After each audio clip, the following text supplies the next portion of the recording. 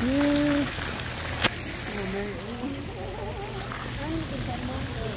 Sino? Ah.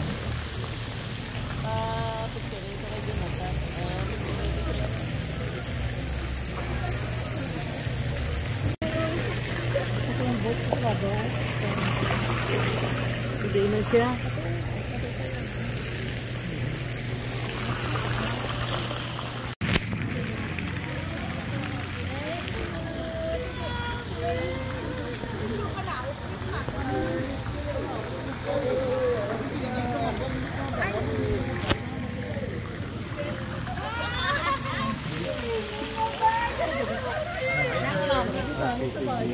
Dari lang kami. No.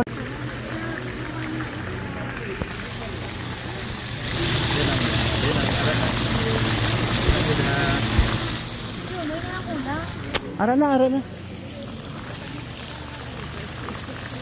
Di pa.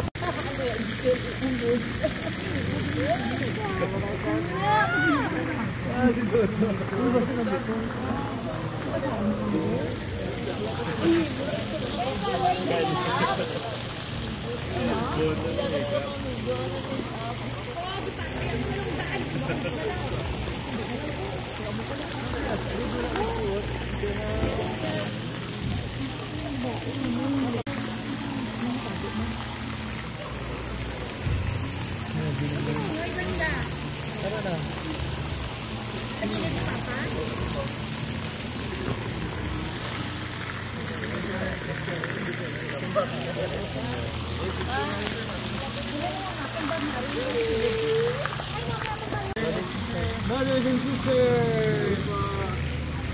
Naganda space si Badet. Galing si Badet sa kanya. Galing si Badet sa kanya. May isa kami ka sister.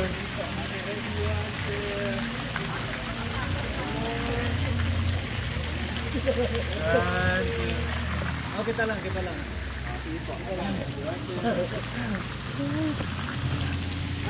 Alright. Tayo mag-swap ma'am para po pair kayo ng mother ng bride. Thank you po.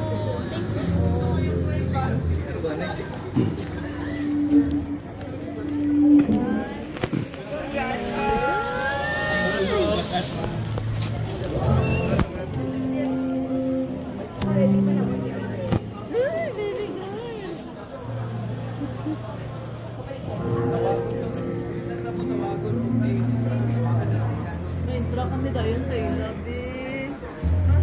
Kami pa dito ka sa piyak pa.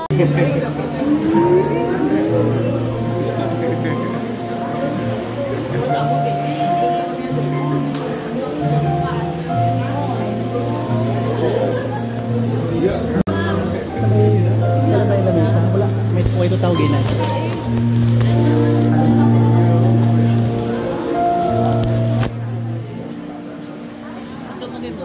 Sige lang kay... Sila, lumamig ka.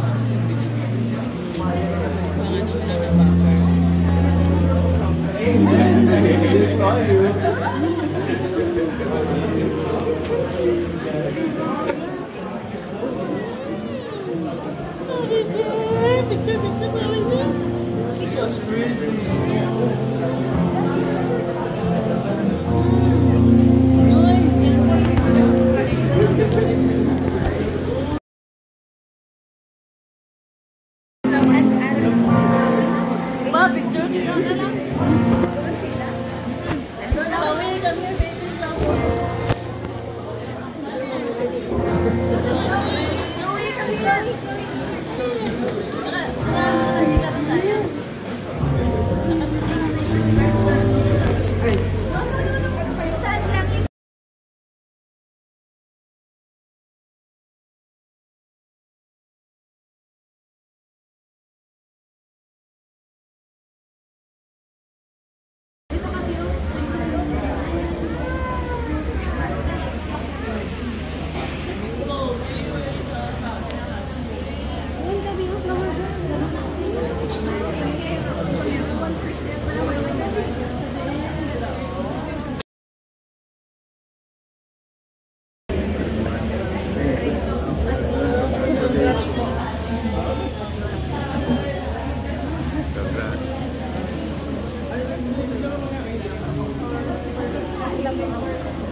lang nawala. Okay lang. Ako ang kinakabahan ah.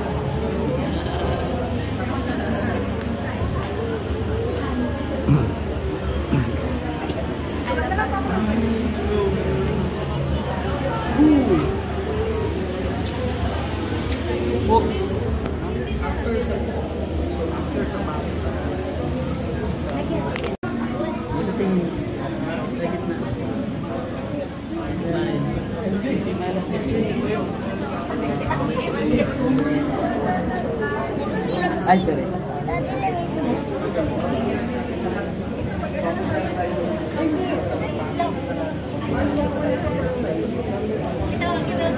Ito, tapos.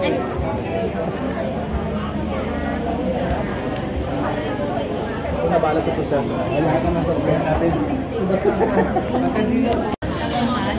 5 months ko na siya ma.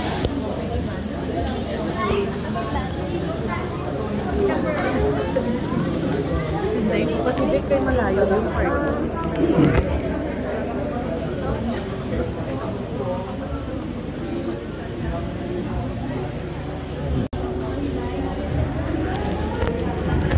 The father of Kyra?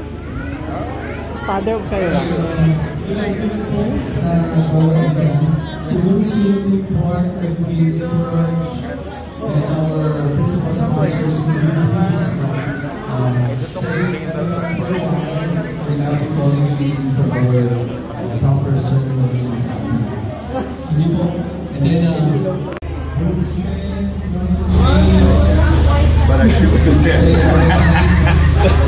This is straight, but the leg is the knees.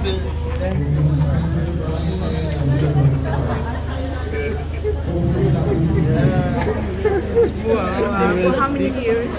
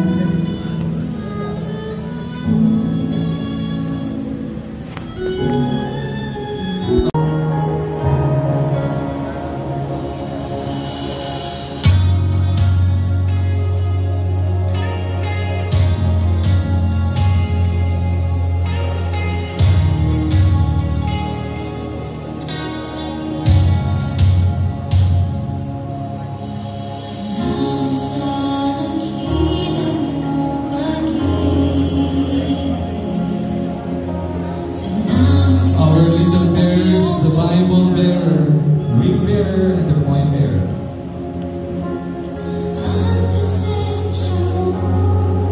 Everyone, okay na po pumalagpak. Salamat sa pumalagpak na you. Okay.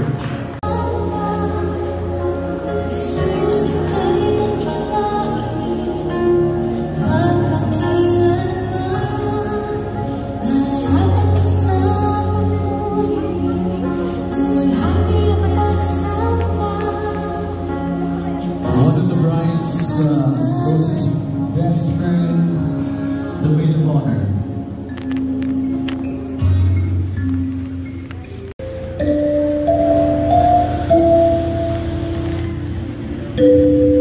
The pretty girls who shower flowers on the aisle. The flower girls.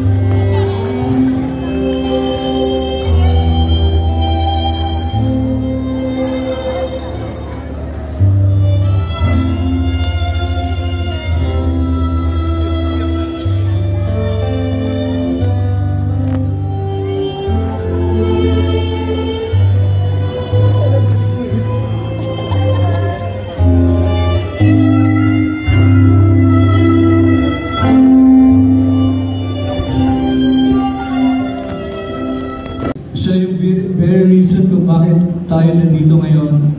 The Bible is telling us, he that find a wife, find a good thing. Please help me welcome the beautiful bride, Miss Jennifer Nagulo.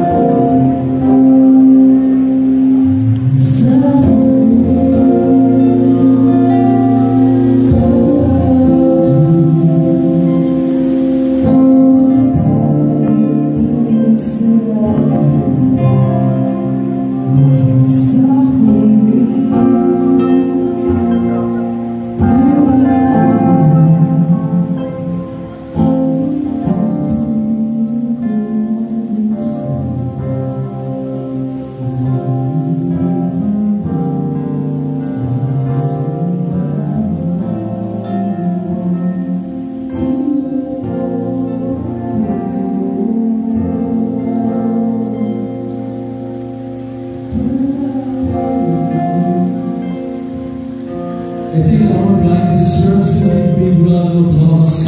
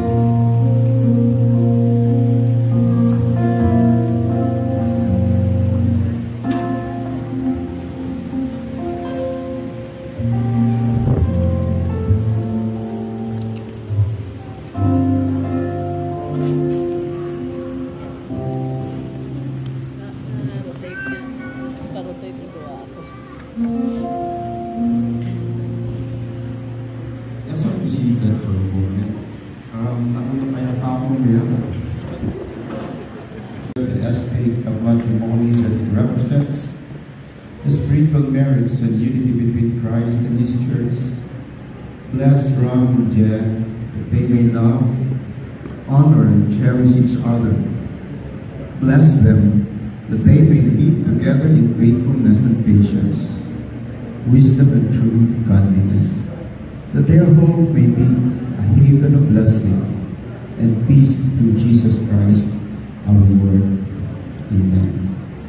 Ram and Jen, you have come together today so that God may see and strengthen you, your love in the presence of this community. Christ abundantly blesses His love. This love enriches and enables you by this holy celebration.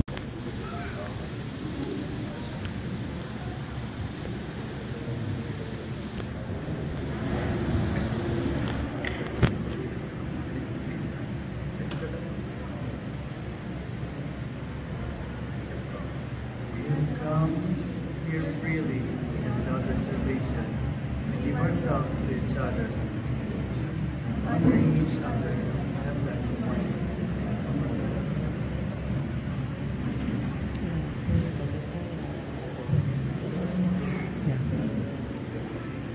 May sasabihin lamang ko.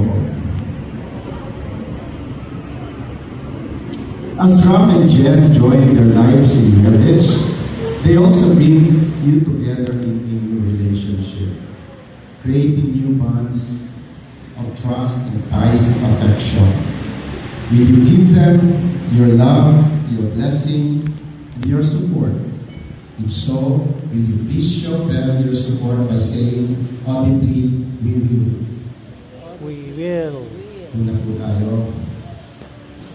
Congregation, tayo po tayong lahat. Hindi po tayo pinapunta dito para lamang po manood. Nandito po kayo sapagkat kayo po ay importante sa buhay. It's not about that. But before man sinned, God has already instituted marriage.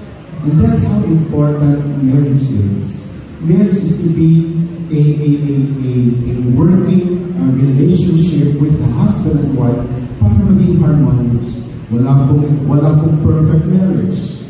Sapagkat man, woman, magkaiba po yan. Compatible lang siguro sa lahat. Marami lang po siguro compatibilities. Pero pagdating na po sa mga decision making, ibang mag-decide ng lalaki, ibang po mag-decide ng babae. Doon po sa mga couples na nandito, alam niyo na po ang ibig ko sabihin. Ultimo maliit na bagay, pwedeng paggalingan ng hindi magandang usapan. And so, what I would like to just share to this afternoon is this. God has intended for marriage to be harmonious. Pero ang totoo, marami po marriages ngayon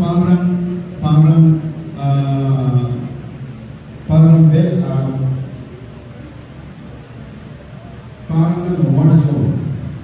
Parang Russia versus Ukraine. Ganun po yung naman nangyayari. And what I would like to share tonight at this afternoon is just 3 things. First, God's intention for marriage in verse 18. Second, God's intervention for marriage, verses 19 to 22. And thirdly, God's instruction for marriage. Nung nakita, nag-create po ang Lord, after He has created everything, pahinga siya, tinignan niya po yung kanyang creation, good lahat. Pero nung makita niya yung lalaki na kanyang likas, sabi niya, no good. Parang may kulangan. And so, because God is God, He knows everything, He created everything, He planned everything. Yung concern niya, in verse 18, meron agad siyang conclusion. Ano sabi niya? I will make him a suitable helper. That is our God. Yung pong kasal, galing po sa Kanya. Kaya po mahalaga na mabigyan po natin ng halaga ang kasal. Hindi po tayo papasok dito dahil lamang wala po sila maganda si Jen.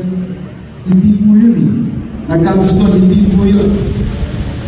Sa totoo naman, may kamay ang Panginoon sa lahat ng marriages.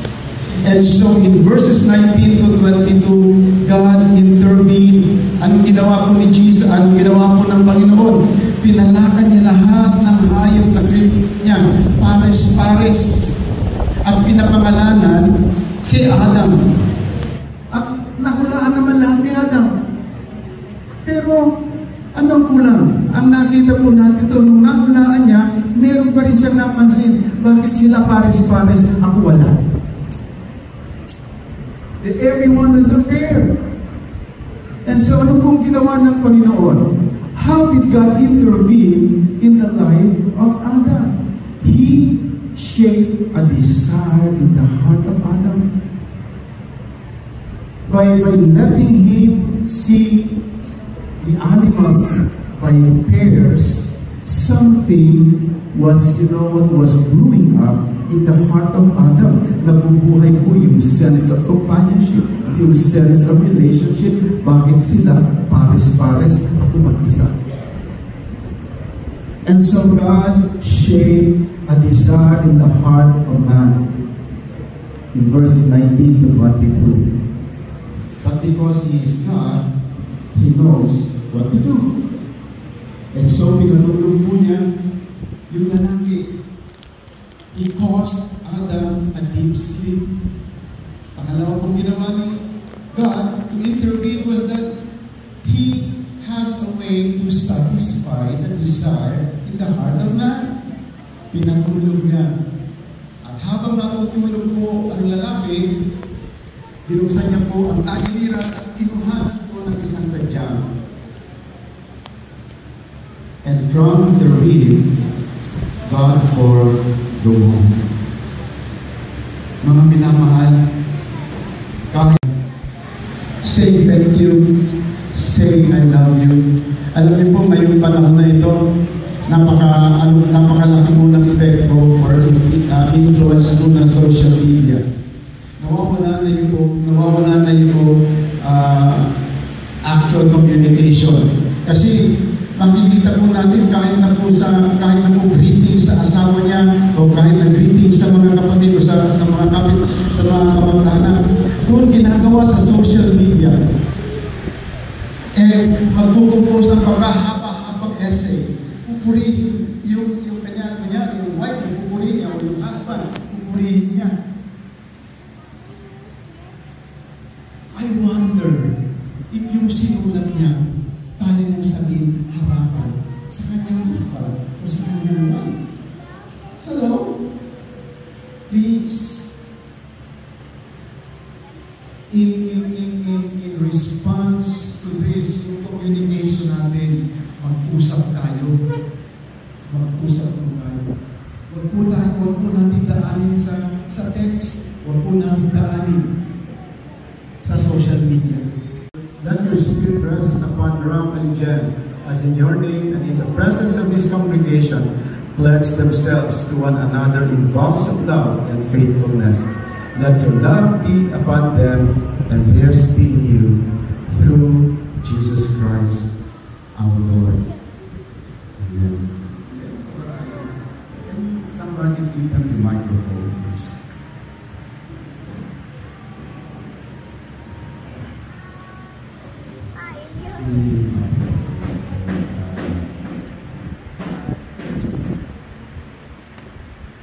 Tayo.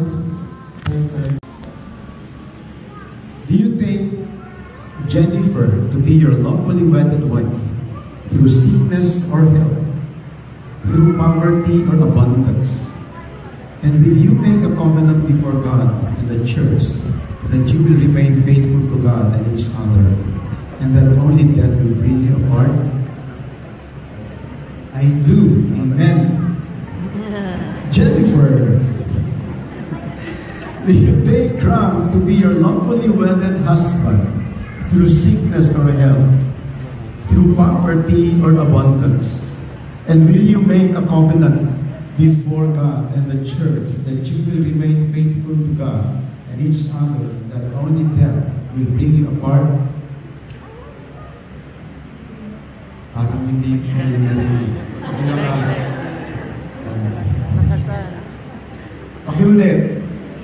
Ay natin. Ganun talaga. Yun ang pinakamalakas. Now, magharap kayong dalawa, Ram and Jen. And